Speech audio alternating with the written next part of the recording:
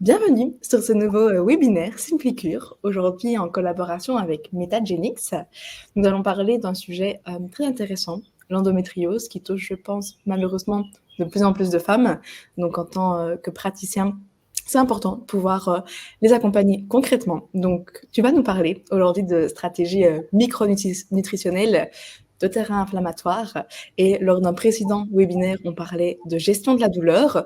Donc, je pense qu'il va y avoir des liens aussi qui pourront être faits. Donc, pour refaire une petite présentation, Marion a un parcours en micronutrition très large, très scientifique. Bon, peut-être tu reviendras dessus plus spécifiquement que moi, mais voilà, aujourd'hui,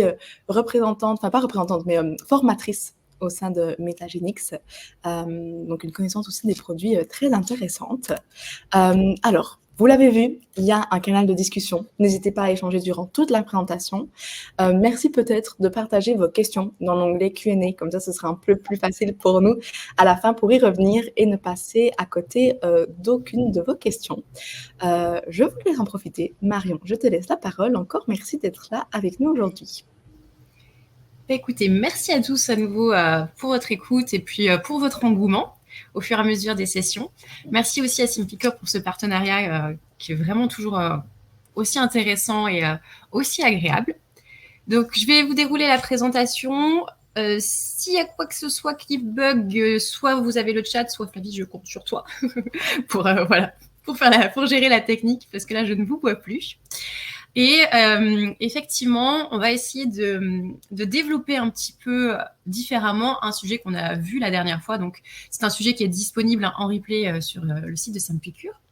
On avait exploré un petit peu la douleur en micronutrition. Et ici, je voulais aborder un cas un peu plus concret de douleur, un cas un peu plus spécifique, qui est le cas de l'endométriose.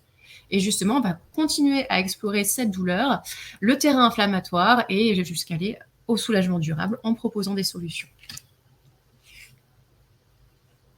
Avant de commencer, petit rappel aussi pour ceux qui ne connaissent pas Metagenics. Metagenics, c'est un partenaire privilégié des professionnels de santé depuis 40 ans dans le monde, depuis 20 ans en France. Donc Metagenics, c'est un leader mondial en nutrition fonctionnelle, c'est vraiment un pionnier et un expert dans le domaine. Metagenics, c'est aussi une superbe entreprise qui se distingue par le fait d'être une entreprise fabricante de ses propres produits. Nous avons dans le monde 9 sites de production et de recherche et développement. Donc nous pouvons aussi en fait mener nos propres essais cliniques sur les produits. Et ça, c'est super intéressant pour attester de leur efficacité, de leur bonne tolérance et pour continuer à faire évoluer la science et faire évoluer nos produits. La mission de Metagenics, c'est d'améliorer la qualité de vie de millions de personnes dans le monde en assurant un bien-être durable à chaque étape de la vie. Donc ça, n'hésitez pas si vous avez des questions aussi en fin de présentation. Mais encore une fois, voilà, un laboratoire fabricant qui a la main quelque part de A à Z, de la conception du produit jusqu'à sa mise sur le marché. Et ça, c'est aussi important pour pouvoir être réactif et répondre aux besoins de vos patients. Au sommaire aujourd'hui, déjà, nous allons commencer par quelques rappels sur la douleur, l'inflammation et le système nerveux qui vont reprendre les grands piliers que nous avons vus sur le précédent webinaire. Nous allons en profiter donc pour faire le lien avec l'endométriose. Je ne vais pas vous refaire toute la physiopathologie, on n'a qu'une demi-heure, il y a des choix à faire. C'est un sujet qui est vaste aussi, donc on va aller à l'essentiel. Et à nouveau, on va zoomer sur la douleur dans le cas de l'endométriose et on verra quelques spécificités. Enfin, bien sûr, ce qui est important, c'est quels conseils, quelles stratégies de supplémentation on peut mettre en place pour ces patientes pour améliorer leur quotidien. Et enfin, bien sûr, je vous proposerai quelques solutions Metagenics qui peuvent correspondre aux patientes et nous verrons donc les grands essentiels à ne pas oublier dans cette prise en charge. Les objectifs et les enjeux aujourd'hui. Eh bien, l'endométriose et les douleurs associées sont profondément invalidantes au quotidien. Il est nécessaire de trouver des solutions. Je pense que là, on est tous d'accord sur ce point. C'est pour ça que vous êtes tous ici aujourd'hui. La micronutrition, elle peut vraiment occuper une place essentielle pour améliorer la qualité de vie de ces patientes. Et l'idée, c'est de trouver ensemble des solutions qui soient simples, faciles à appliquer pour vos patientes.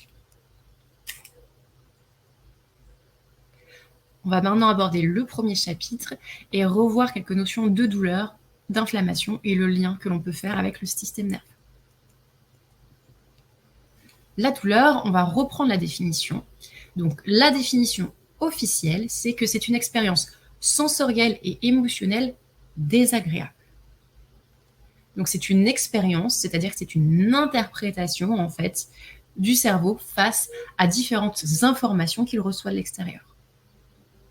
C'est ce que je disais la dernière fois, mais la douleur est créée, au final, dans le cerveau. Le cerveau reçoit des informations émotionnelles aussi, ça c'est important, et va traiter tout ça et en conclure sur oui ou non c'est de la douleur et son intensité. La douleur a plusieurs composantes, donc une composante sensorielle, c'est ce que le malade ressent physiquement, une composante émotionnelle, c'est comment il se sent moralement, qui va avoir aussi un impact sur la douleur, une composante cognitive, ce que le malade pense, le sens qu'il donne aussi à sa douleur, et une composante comportementale, c'est la manière dont le malade exprime sa douleur. La douleur, c'est donc complexe, ça n'est pas si facile à prendre en charge, d'autant plus lorsqu'on est sur des douleurs chroniques pour lesquelles le patient va se voir vraiment énormément invalidé au quotidien, et ça va être le cas typiquement de l'endométriose. Pas de panique, quand je mets du texte comme ça, c'est que je sais que vous avez aussi accès au replay et vous pourrez mettre pause si vous avez besoin. Là, on a dans toutes les grandes lignes ce qu'on a vu précédemment concernant la douleur. La douleur, ça n'est pas seulement un signal d'alerte. On l'a dit, c'est une construction du cerveau qui est modulée par des interactions complexes entre le système nerveux et le système immunitaire. Très souvent, et notamment avec la chronicisation, ce qu'on observe, c'est un cercle vicieux qui se met en place entre la douleur et l'inflammation. Déjà, toute réaction inflammatoire va sensibiliser les nocicepteurs et amplifier la transmission de la douleur. Donc les nocicepteurs, ce sont ces récepteurs spécifiques qui vont en fait transférer l'information d'anomalie au cerveau. Et donc l'information de potentielle douleur. En réponse, le système nerveux va libérer des neuropeptides pro-inflammatoires qui entretiennent l'inflammation et favorisent la chronicisation. On le voit donc déjà très bien, le système nerveux central a un rôle vraiment important et crucial lorsque l'on parle de douleur. Et notamment lorsqu'il y a chronicisation, on va avoir un système nerveux central hyperactif. On a une hyperexcitation neuronale, alors avec différentes balances de neurotransmetteurs qui ne sont plus adéquates, par exemple un excès de glutamate et inhibition du GABA, donc trop d'excitation et pas assez de frein. Donc tout ça amplifie la douleur et réduit les mécanismes naturels de freinage. En pratique, tout ce qui va apaiser le système nerveux central va contribuer à moduler la perception de la douleur. C'est pour ça que la dernière fois, on avait aussi parlé notamment de certains polyphénols, mais du rôle hyper important du magnésium dans le traitement de l'accompagnement de la douleur chronique notamment. En ce qui concerne l'inflammation, évidemment qu'une inflammation non résolue entretient la douleur. Il faut donc aussi pouvoir résoudre l'inflammation. Et là, je vous avais proposé comme solution des dérivés d'oméga 3 qui sont les SPM, qui favorisent la résolution de l'inflammation, réduisant ainsi la persistance de la douleur. La dernière fois, on avait donc bien insisté sur le fait qu'il fallait déjà apaiser le système nerveux central, mais aussi calmer l'inflammation et favoriser sa résolution. Là, on était vraiment sur les bases de la prise en charge de la douleur en micronutrition. Voilà dans les grandes lignes ce qu'on avait vu. Maintenant, on va avancer un petit peu dans le processus.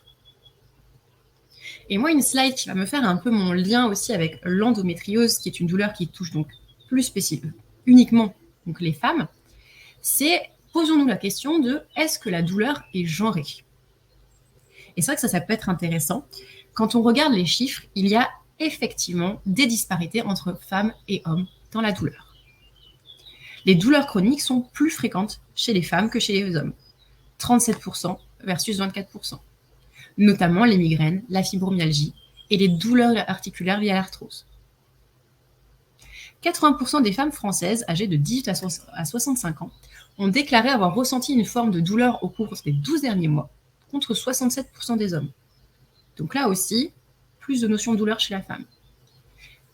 On l'a dit, les migraines touchent plus fréquemment les femmes, mais là vous avez le chiffre, c'est 3 fois plus de femmes que d'hommes en France, et ce qui est en partie attribué aux influences hormonales. Donc il semblerait qu'il y ait des mécanismes biologiques, physiologiques qui soient impliqués, bien sûr, et tous les mécanismes fins ne sont pas complètement compris au niveau scientifique, mais il y a bien des disparités femmes et hommes. Et puis l'autre disparité vient aussi à la fois des patientes, mais aussi des professionnels de santé dans la perception de la douleur des patients et des biais en fait socio-culturels qui vont aussi faire que la prise en charge ou l'écoute de la douleur ne va pas être la même. Et ça, typiquement, c'est ce qu'on retrouve dans l'endométriose, avec une énorme difficulté diagnostique de la patiente qui va passer de professionnel de santé en professionnel de santé pour pouvoir se faire diagnostiquer. C'est de moins en moins vrai, heureusement, avec toutes les campagnes de prévention qui ont été faites, mais ça reste un fait. Donc, en conclusion, la perception et l'expérience de la douleur semblent effectivement différer entre les sexes en raison de mécanismes biologiques, physiologiques, hormonaux et aussi psychosociaux. Et je fais donc le lien avec l'endométriose, qui est une pathologie extrêmement complexe, multifactorielle. L'endométriose, c'est l'une des principales maladies gynécologiques, on n'en guérit pas. Et pour vous donner quelques signes classiques, on estime que l'endométriose touche à peu près 10%, en tout cas au minimum, des femmes en âge de procréer. C'est principalement les femmes autour de la trentaine qui vont être touchées, et souvent, elles vont aussi s'en rendre compte au moment du désir d'enfant, car bien sûr que l'endométriose s'accompagne d'énormes difficultés aussi, et donc d'infertilité. L'endométriose, c'est plusieurs années avant souvent d'obtenir un diagnostic. C'est un diagnostic qui est difficile à faire aussi techniquement. Et il y a donc une errance thérapeutique et aussi un retard de prise en charge qui est certain. En termes de physiopathologie, pour être très succinct, on estime que l'endométriose est liée à la présence de tissus semblables à la muqueuse utérine en dehors de l'utérus. Donc l'une des théories, c'est que le sang menstruel composé de fragments d'endomètre devrait être évacué au cours des règles, mais ne l'est pas complètement dans le cas de l'endométriose. Et certains fragments vont migrer et venir se greffer sur les organes voisins. Ça peut être les ovaires, le côlon, la vessie par exemple. Le problème, c'est que ces cellules utérines gardent leurs propriétés hormonodépendantes.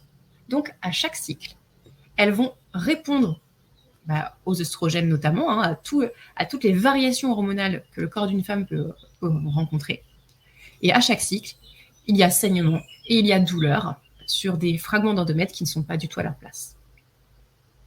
Donc vous avez aussi l'image sur la partie gauche de la slide où on compare vraiment un utérus sans endométriose et avec endométriose, et on voit bien ces fragments d'endomètre donc pathologiques qui ne sont pas du tout au bon endroit. Quand on parle d'endométriose, le mot numéro 1, c'est la douleur. La douleur, bien sûr, au moment des règles, mais pas seulement. En fait, l'endométriose, c'est beaucoup plus complexe. Il y a aussi des douleurs lors des rapports sexuels, des douleurs pelviennes et lombaires, des douleurs aussi urinaires avec tous les troubles urinaires aussi qui s'y ajoutent, des troubles digestifs aussi, beaucoup. On a souvent des symptômes assez comparables à ceux d'un syndrome de l'intestin irritable, de l'infertilité et bien sûr fatigue chronique, épuisement. Donc c'est vraiment l'état de santé global de la patiente qui est impacté, c'est son quotidien qui est complètement bouleversé, avec parfois des signes dépressifs, anxieux bien sûr chez la patiente. Donc quand on prend en charge l'endométriose, si on veut vraiment accompagner la patiente, il faut considérer vraiment tout cet état de santé global. C'est les douleurs certes, mais c'est tout le reste autour. Alors aujourd'hui, je vais encore pas pouvoir évidemment tout développer, mais c'est important de le garder en tête. Aujourd'hui, on fait un focus, mais il ne faut pas oublier de prendre du recul. L'endométriose, ici, je vous ai donné plein de mots-clés, mais qui définissent quand même bien la maladie. L'endométriose, c'est une maladie immunitaire, inflammatoire chronique, œstrogénodépendante. Donc l'endométriose, ça n'est pas seulement une pathologie gynécologique. En fait, c'est une maladie systémique inflammatoire et immunitaire, avec vraiment une dysfonction du système immunitaire, avec un déséquilibre entre hormones, cytokines, cellules immunitaires, entre autres. Donc c'est tout l'organisme, encore une fois, qui est impacté par l'endométriose. Ce à quoi on pense en premier, c'est aussi tout le déséquilibre hormonal, notamment au niveau de la balance œstrogénique. C'est une patiente qui est en hyperœstrogénie, il y a trop d'œstrogène, entre autres, mais il y a aussi tout le système immunitaire qui est en dysfonction, avec bien sûr tout le lien avec l'inflammation chronique généralisée.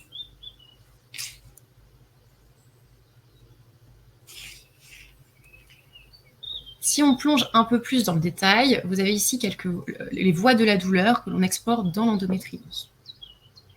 Le schéma a l'air compliqué, mais en fait, il reprend totalement plus ou moins le texte, avec justement cette notion de réponse immunitaire, d'acteur de la réponse immunitaire, et aussi, on commence à se rendre compte, à faire le lien avec tout ce qui est système nerveux.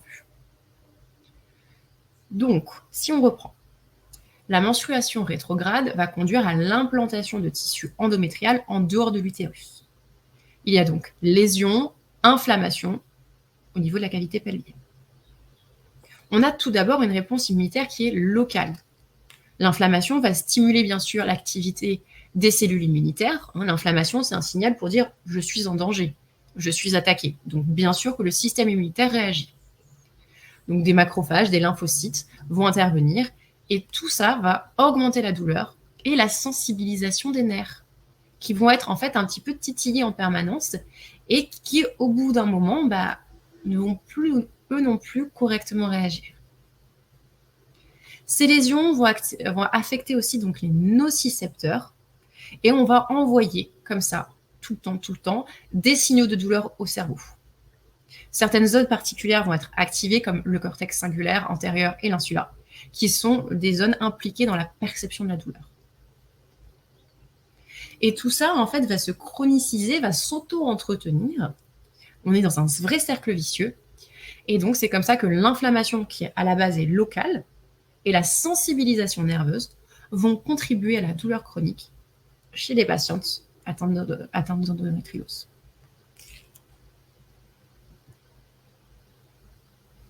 Qu'est-ce qu'on retient de cette première partie ? On l'a dit, l'endométriose, c'est bien plus que des lésions. Sous l'effet notamment des œstrogènes qui sont en trop grand nombre, on a des lésions qui se développent, qui se propagent, et on a donc une inflammation. Cette inflammation active le système immunitaire, qui devient lui-même source de nouvelles douleurs. La douleur ne reste pas locale, parce que le système nerveux s'adapte, mais de manière pathologique. Et on a un vrai cercle vicieux. Donc c'est ce que vous avez sur la partie droite de la slide. L'hyperœstrogénie qui va entraîner une inflammation chronique, qui va entraîner des douleurs persistantes, qui va entraîner une hypersensibilisation. Et tout ça, tous ces phénomènes, en fait, s'entretiennent. Et c'est ça qu'il va falloir casser, en fait, pour retrouver un confort chez la patiente. Donc, ce qu'on retient, c'est que c'est tout le corps qui s'enflamme, c'est tout le système nerveux qui s'emballe. Pour agir efficacement, il faut comprendre comment la douleur s'installe dans le temps dans le cadre de l'endométriose. Et c'est ce qu'on va voir maintenant, notamment avec le rôle central du système nerveux.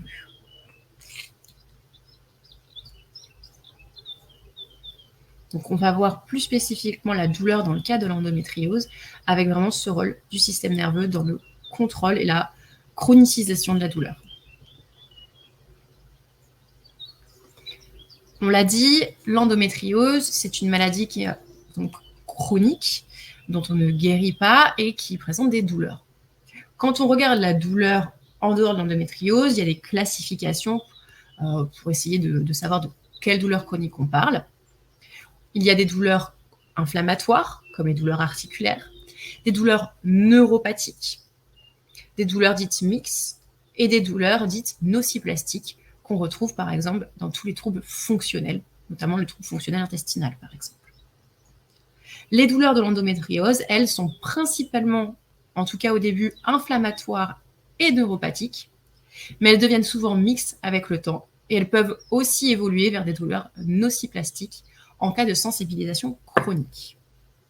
On va revenir un petit peu sur tout ça. Donc, on voit bien que la douleur dans l'endométriose, il n'y en a pas qu'une seule. Et c'est aussi ce qui explique finalement qu'il n'y a pas une endométriose générale, mais bien une endométriose spécifique à chaque patiente. C'est pour ça qu'il va falloir absolument adapter la prise en charge, bien sûr, et surtout avoir une prise en charge qui soit multidisciplinaire et multidimensionnelle.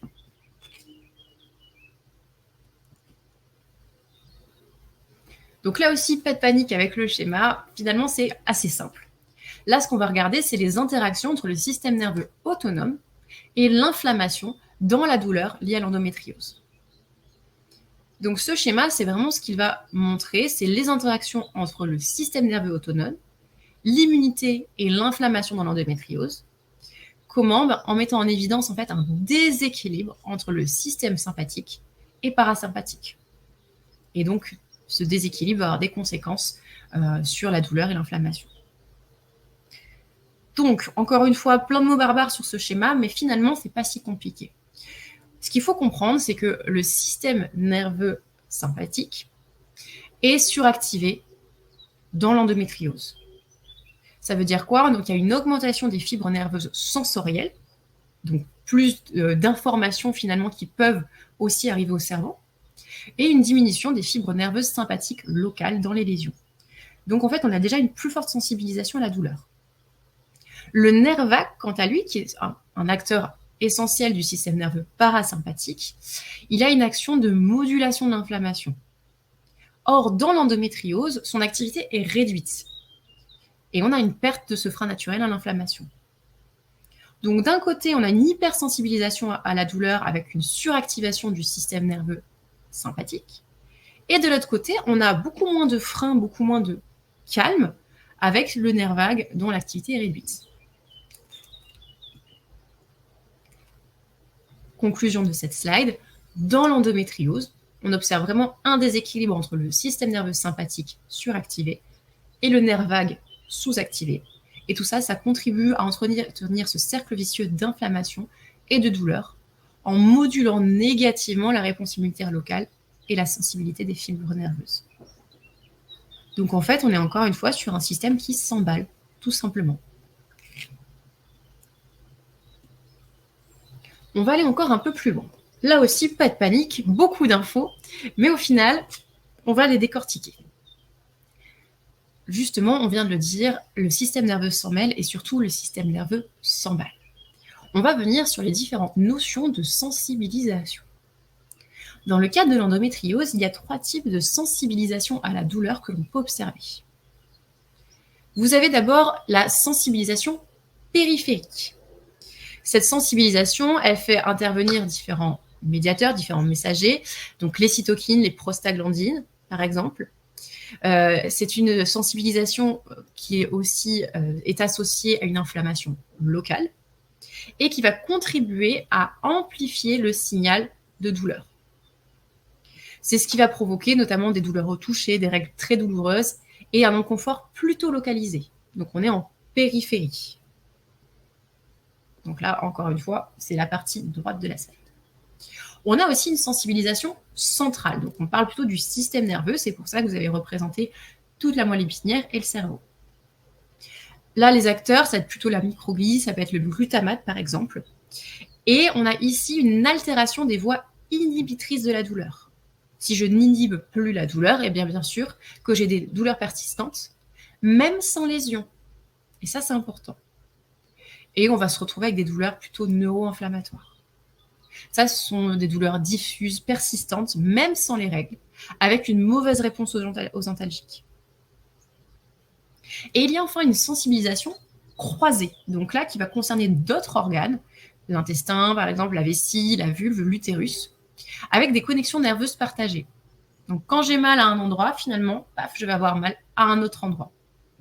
Et souvent, il y a des troubles fonctionnels qui y sont associés. Donc, par exemple, c'est pour ça que chez les patientes qui souffrent d'endométriose, on retrouve beaucoup de symptômes digestifs, des ballonnements, un transit qui est perturbé, beaucoup de symptômes urinaires aussi, avec beaucoup de cystite chronique. et sexuelle bien sûr, avec les dyspareunies.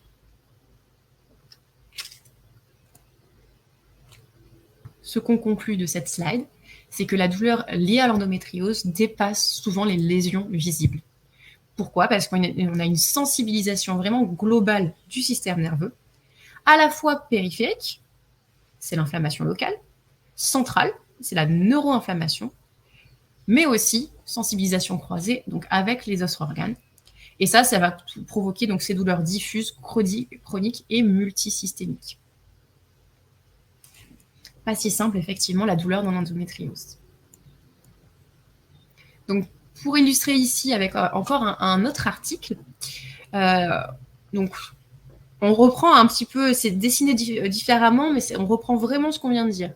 Vous avez donc la sensibilisation centrale, vous avez aussi illustré toute la sensibilisation périphérique, avec donc l'inflammation locale, comme on l'a dit.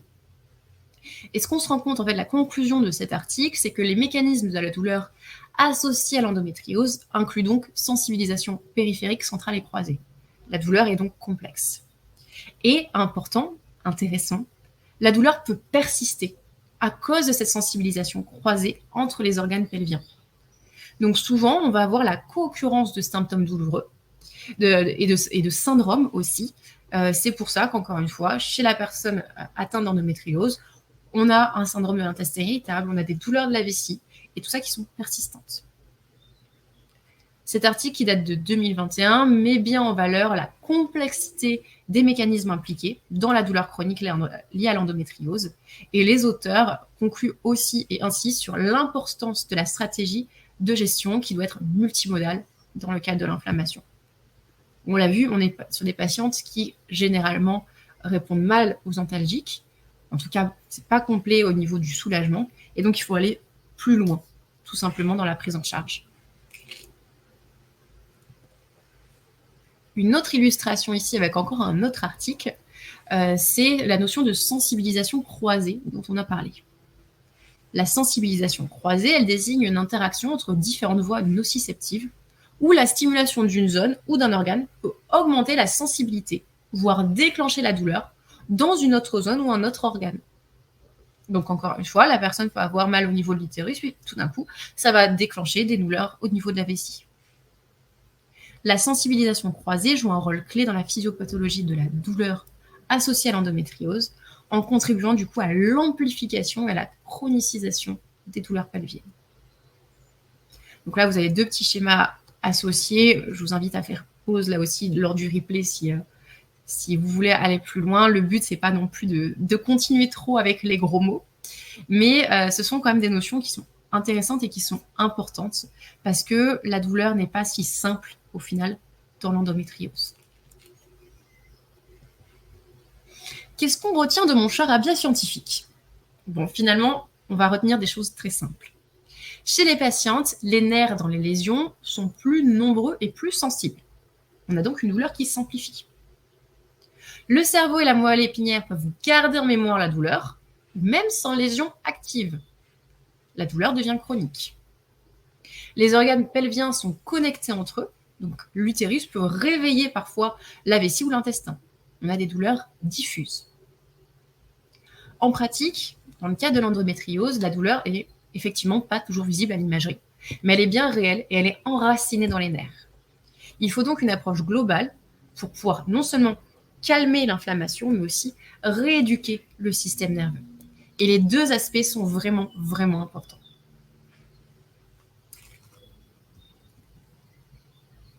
Alors justement, comment est-ce qu'on peut mettre en pratique ce qu'on a vu pour améliorer la qualité de vie de la patiente?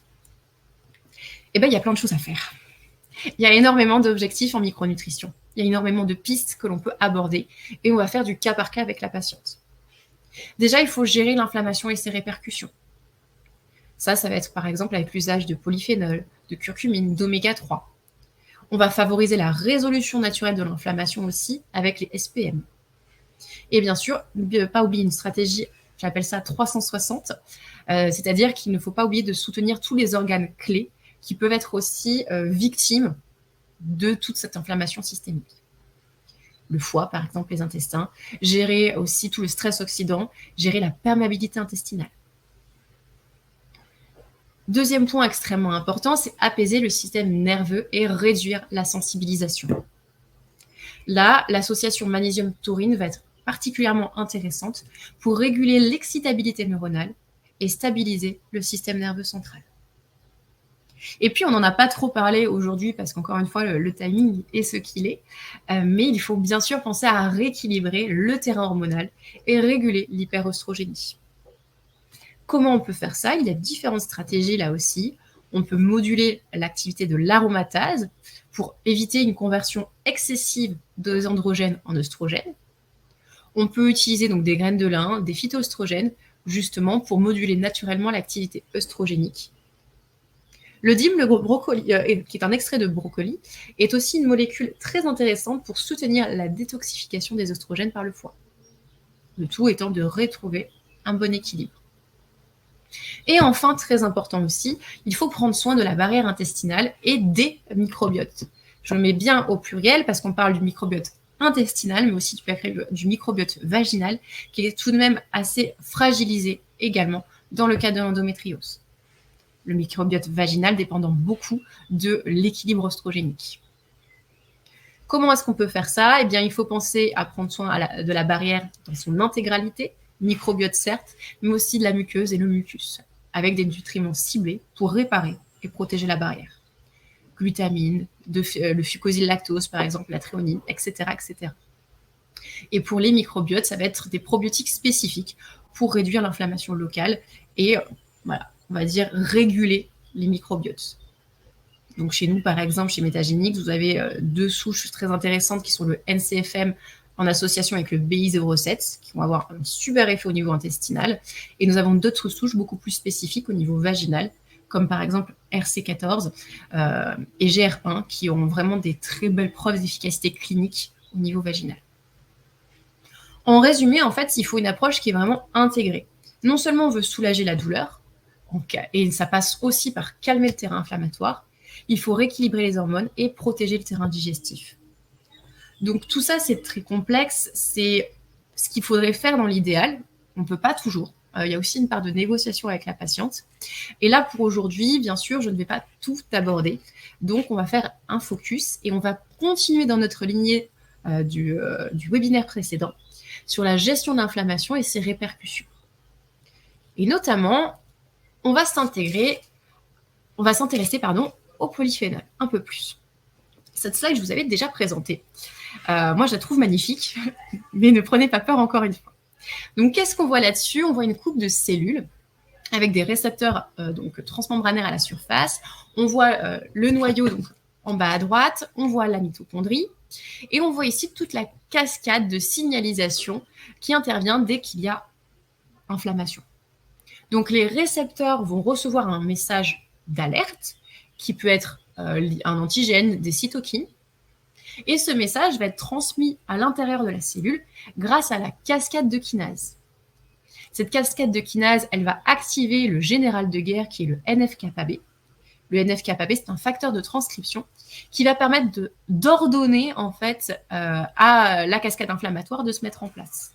On va permettre de transcrire les gènes nécessaires à lutter, à faire la guerre, en fait, à se protéger.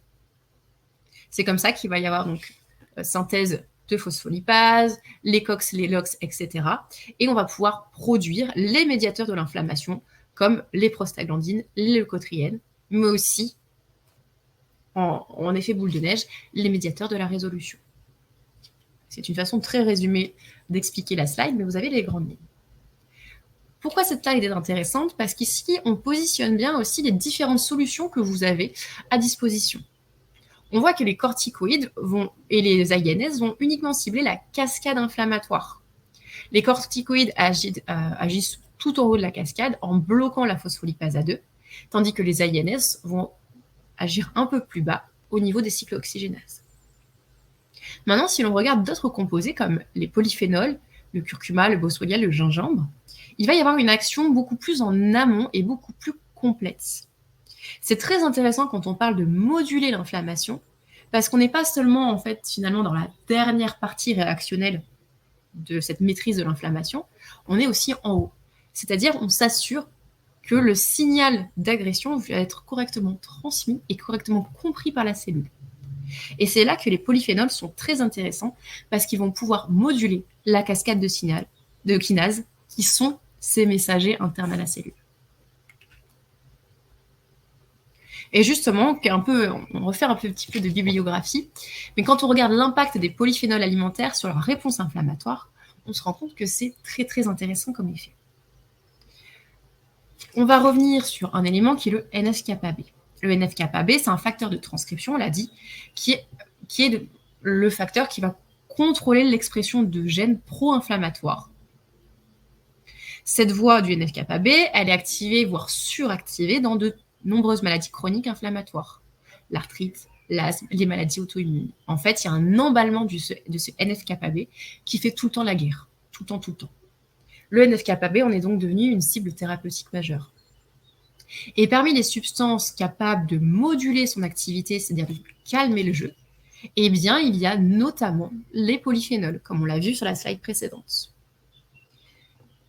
Et donc, on s'est rendu compte, et ça c'est preuve scientifique à l'appui bien sûr, que des molécules comme le resveratrol, les extraits de thé vert ou encore la quercétine peuvent moduler l'activation du NF-κB et donc contribuer à limiter la réponse inflammatoire qui est excessive.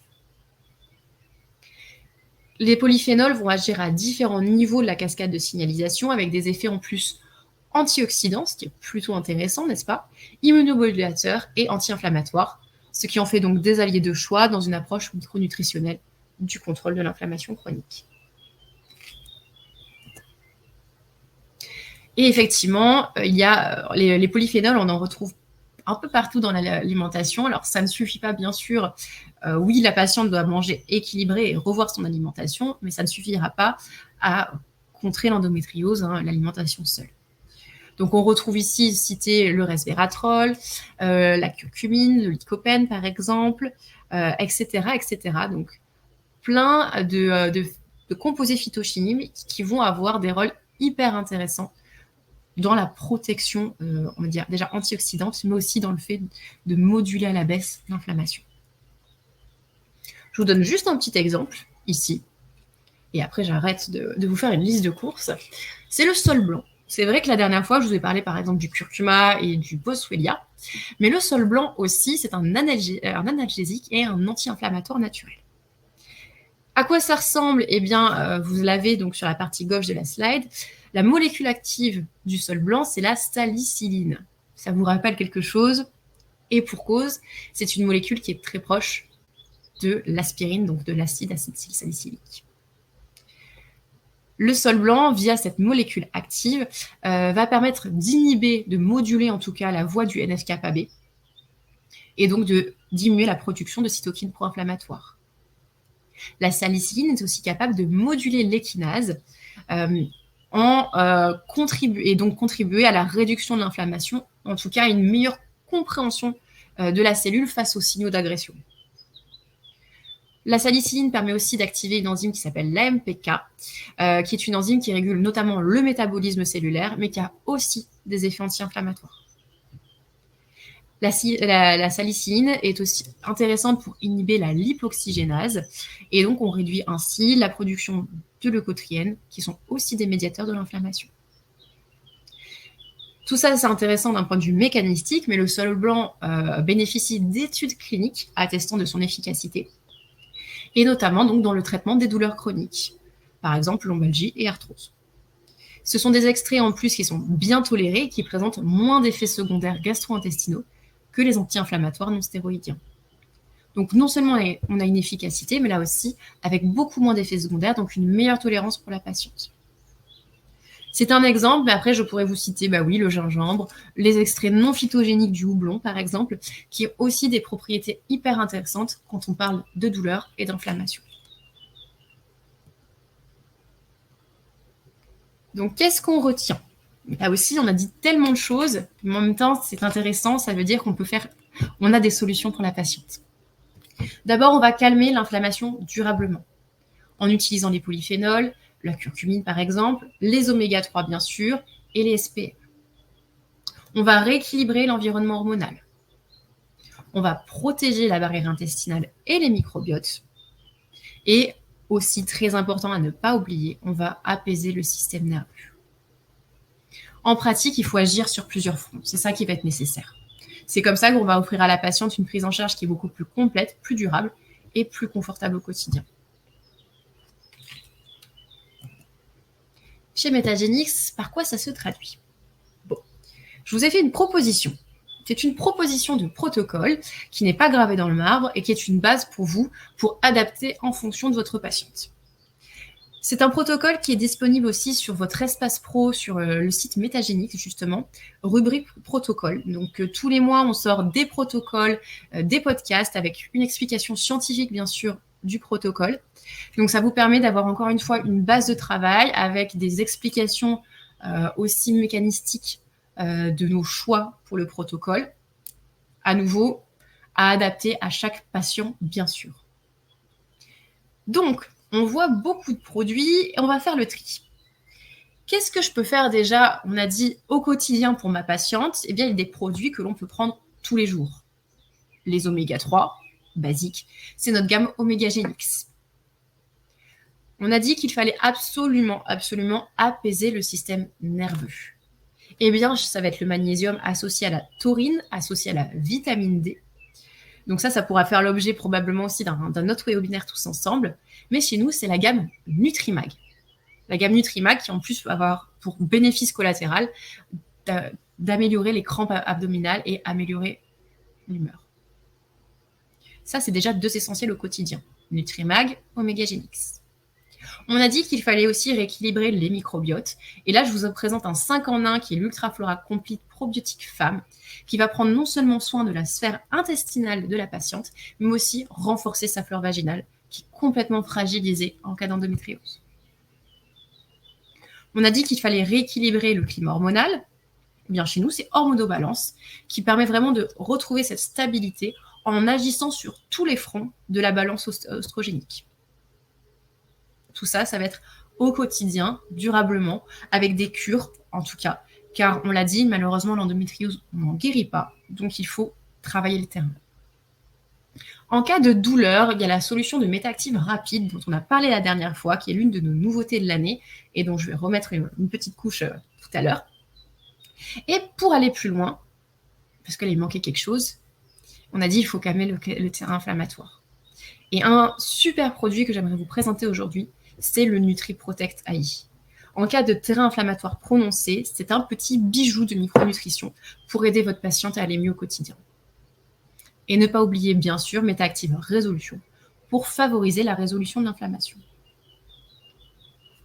Beaucoup d'infos, je sais, à adapter encore une fois avec la patiente. Donc, n'hésitez pas à scanner le QR code pour aller voir le protocole correspondant et après à adapter, bien sûr, pour vous. Aujourd'hui, on fait un focus. On va revoir le Métactive Rapide en cas de douleur aiguë, le NutriProtect AI pour l'inflammation chronique et on va toucher un petit mot, mais c'est plus du teasing pour d'autres fois, sur Hormonobalance pour l'équilibre hormonal et la régulation de l'hyperoestrogène. Souvenez-vous, je vous avais présenté la dernière fois le Métactive Rapide. Le Métactive Rapide, c'est un mélange synergique donc de curcuma et de boswellia avec une technologie bien particulière permettant une absorption rapide pour une efficacité en 30 minutes. Et ça, c'est génial parce que réellement, ça fonctionne. Le Métactive Rapide soulage en 30 minutes avec un effet prolongé jusqu'à 6 heures.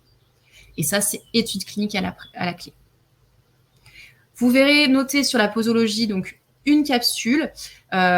Effectivement, pour coller aux études cliniques, je vous recommande plutôt 2 capsules par jour, parce que c'est là que l'on a vu l'efficacité et c'est là que la patiente sera réellement soulagée.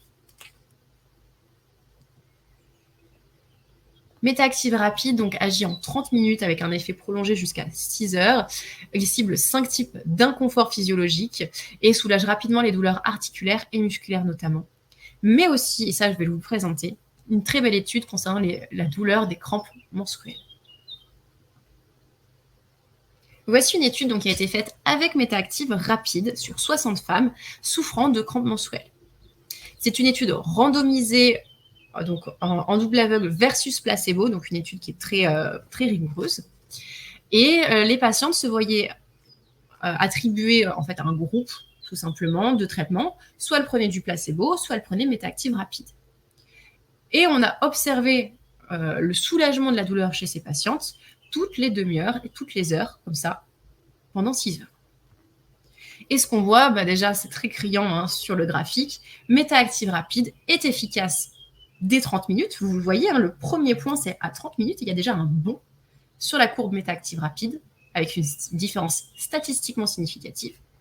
Et ce soulagement perdure jusqu'à 6 heures. Et on voit d'ailleurs que le plateau n'est même pas atteint encore. Au bout de 6 heures, la courbe n'est toujours pas en train de redescendre. Donc on espère que le soulagement perdure au-delà des 6 heures. Donc vraiment, une meilleure efficacité, bien sûr, grâce au Métactive rapide, avec une différence visible sur la douleur dès 30 minutes. Donc, encore une fois, le Métactive rapide aura toute sa place dans la prise en charge de l'endométriose en cas de douleur aiguë. Ça peut être totalement un relais aussi avec les antalgiques si la patiente ne veut pas arrêter. On n'est pas là, voilà, je ne suis pas là pour vous dire arrêtez tout et on recommence à zéro. Il y a des protocoles qui sont en place. Et des fois, on peut tout simplement s'y additionner ou, grâce au Métactive rapide, petit à petit, prendre de moins en moins d'antalgiques. Tout est envisageable. Venons maintenant à un autre produit, je vous ai dit un petit bijou de micronutrition, qui est notre NutriProtect AI. Alors, NutriProtect AI a effectivement une liste d'ingrédients à rallonge, et ça n'est pas pour rien. NutriProtect AI, c'est ce qu'on appelle un aliment fonctionnel. Donc, on est encore une fois sur une démarche de micronutrition pure, on va y revenir, mais l'idée, c'est vraiment de fournir à chaque organe le minimum dont il a besoin pour fonctionner correctement, et avec pas mal d'ajouts pour évidemment avoir une efficacité ici sur l'inflammation. Le NutriProtect AI, c'est un goût nature ou banane, donc c'est un pot. Et on va vous conseiller une cure progressive alors, on peut aller jusqu'à 3 mesurettes par jour. Très sincèrement, c'est peu souvent nécessaire, mais vous allez comprendre pourquoi. Cure progressive, ça, c'est important. Alors, qu'est-ce qu'il y a de si spécial, mon NutriProtect AI ? Eh bien, vous voyez, il y a toutes ces actions. Déjà, le NutriProtect AI va favoriser une barrière intestinale fonctionnelle grâce à la présence de glutamine, de vitamines du groupe B, de zinc et de quercétine. Il ne faut pas oublier que l'inflammation sollicite beaucoup le foie, qui doit être en sur-régime pour éliminer les toxines. Donc, le NutriProtect AI va soutenir aussi les voies de détox hépatique, notamment avec la présence de N-acétylcystéine et d'acides aminés. C'est pour ça qu'il faut faire une cure progressive de NutriProtect AI pour, chez les patients qui sont fortement intoxiqués, dont le foie est quand même en souffrance, pour ne pas provoquer de migraine, par exemple, ou d'inconfort. L'inflammation, la guerre, ça fait aussi des dégâts. Et il faut donc combattre le stress oxydatif. Le NutriProtect AI le fait grâce à un mélange de vitamines A, C, E, de zinc, de manganèse, de sélénium, de quercétine, de rutine, de romarin, pour contrer tous les effets délétères des radicaux libres. NutriProtect AI, bien sûr, soutient les voies anti-inflammatoires et notamment grâce à la présence de vitamines du groupe B, de biotine, de zinc et de magnésium. Donc en fait, on renforce nos petits soldats et on va les armer. Le NutriProtect AI module aussi les voies pro-inflammatoires, notamment grâce à son complexe de polyphénols. Donc on a un mélange exclusif à base de 7 extraits de plantes et de phytonutriments et de 3 phytonutriments. Quercétine, rutine, curcumine, gingembre, extrait de sol. Donc là aussi, vraiment une action très complète sur la modulation des voies pro-inflammatoires et notamment la modulation de la voie des kinases dont je vous parlais tout à l'heure, avec les extraits de houblon, de curcumine, là nouveau, de gingembre, de boswellia, de saule.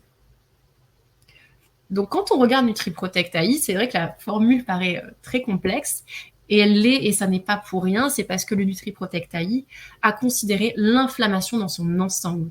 C'est-à-dire qu'il y a la réaction inflammatoire avec la nécessité de renforcer nos défenses, mais il y a aussi toutes les conséquences de l'inflammation, le foie, le stress oxydatif, et bien sûr le fait de renforcer la barrière intestinale. Pourquoi ? Pour aussi fermer les portes à d'autres éventuels ennemis. Donc le NutriProtect AI, là, dans le cadre de l'endométriose, c'est un super accompagnement de fond, au moins 3 mois, minimum, voire 6. C'est quand même bien mieux. Vous pourrez faire d'ailleurs après un relais avec le Ultradyn Impact une fois que le terrain inflammatoire est un peu plus calme. Et c'est un produit absolument génial aussi dans les cas de maladies auto-immunes, dès qu'on a un terrain inflammatoire chronique, tout simplement, dont on n'arrive pas à se dépêtrer.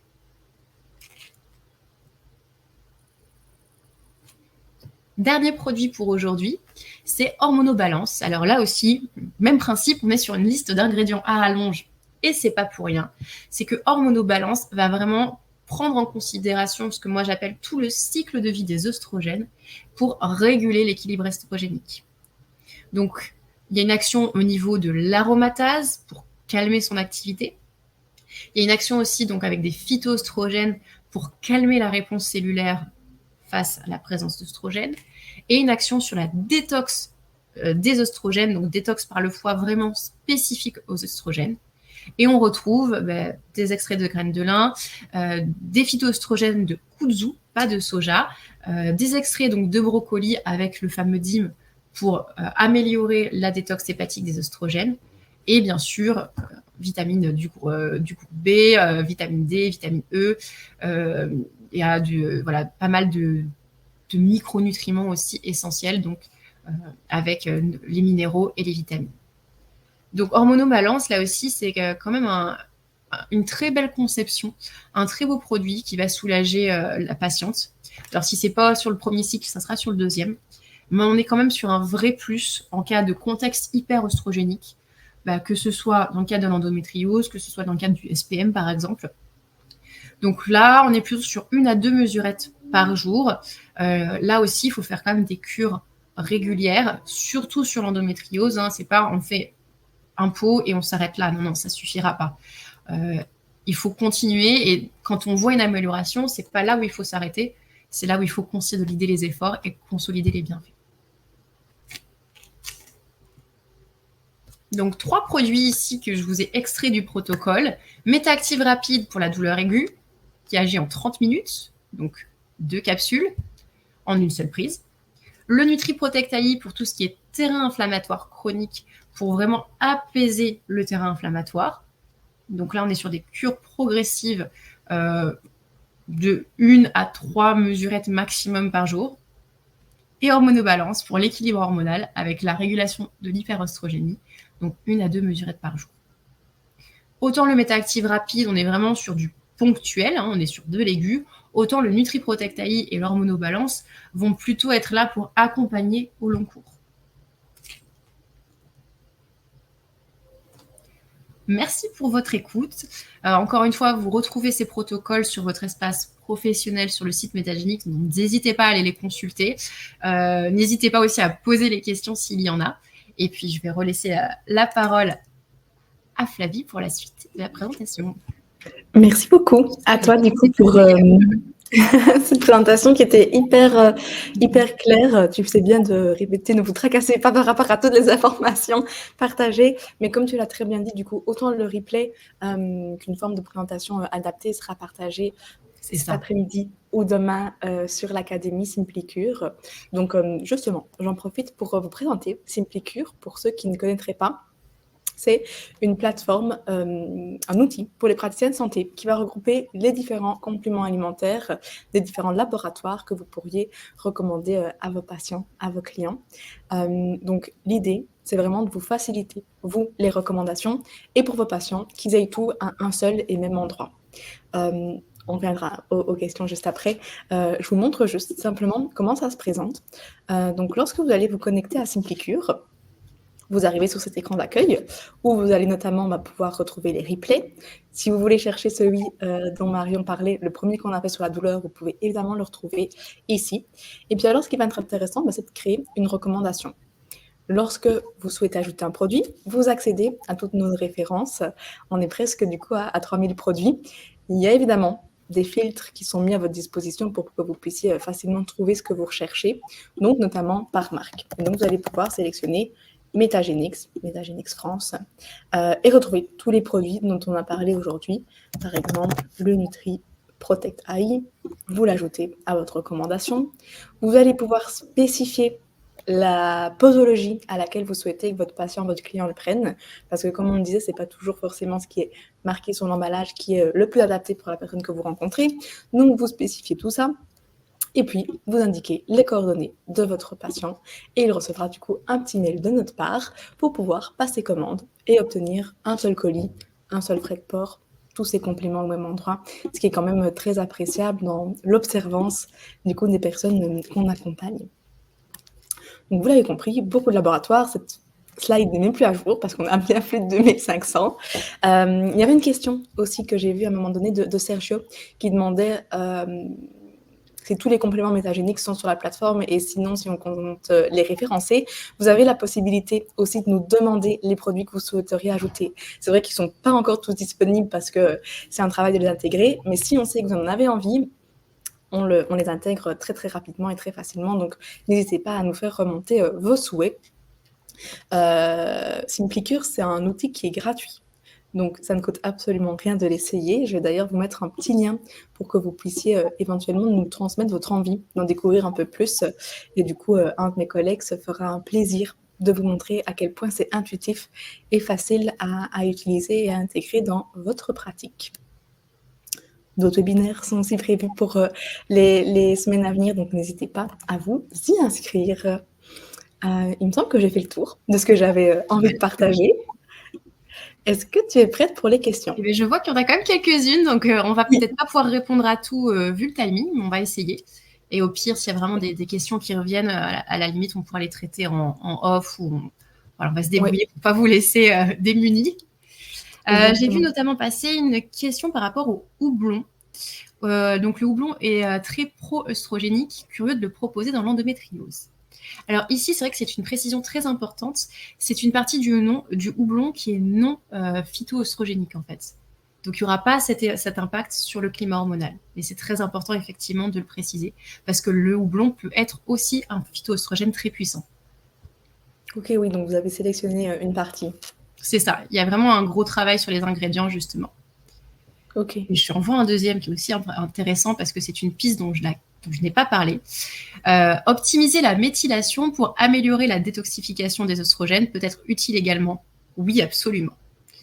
Donc là, on est sur des mécanismes biochimiques beaucoup plus spécifiques, mais lors de la détox des œstrogènes, il y a effectivement des étapes de méthylation.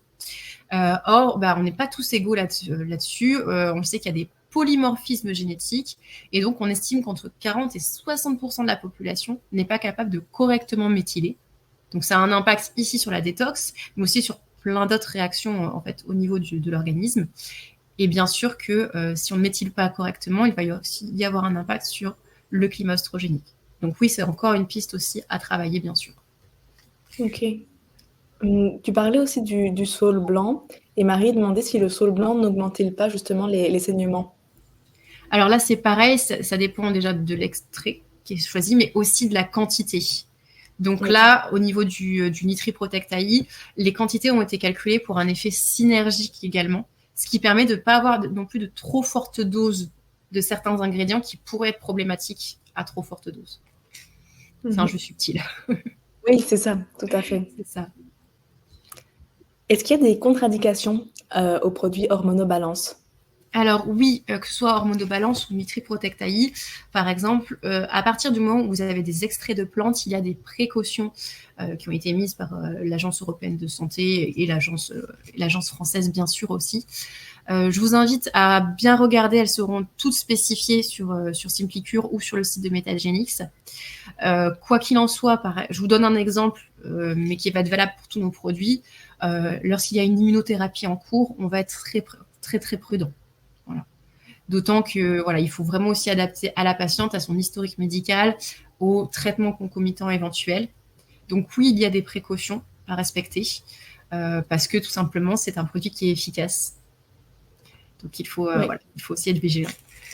C'est ça. Mais effectivement, sur chaque produit, sur SimpliCure, pour chaque produit, vous avez une fiche très complète, très détaillée, qui reprend vraiment toutes les contre-indications. Donc en la lisant, on ne fait pas d'erreur. Exactement. Alors j'essaie de lire en même temps. Oui.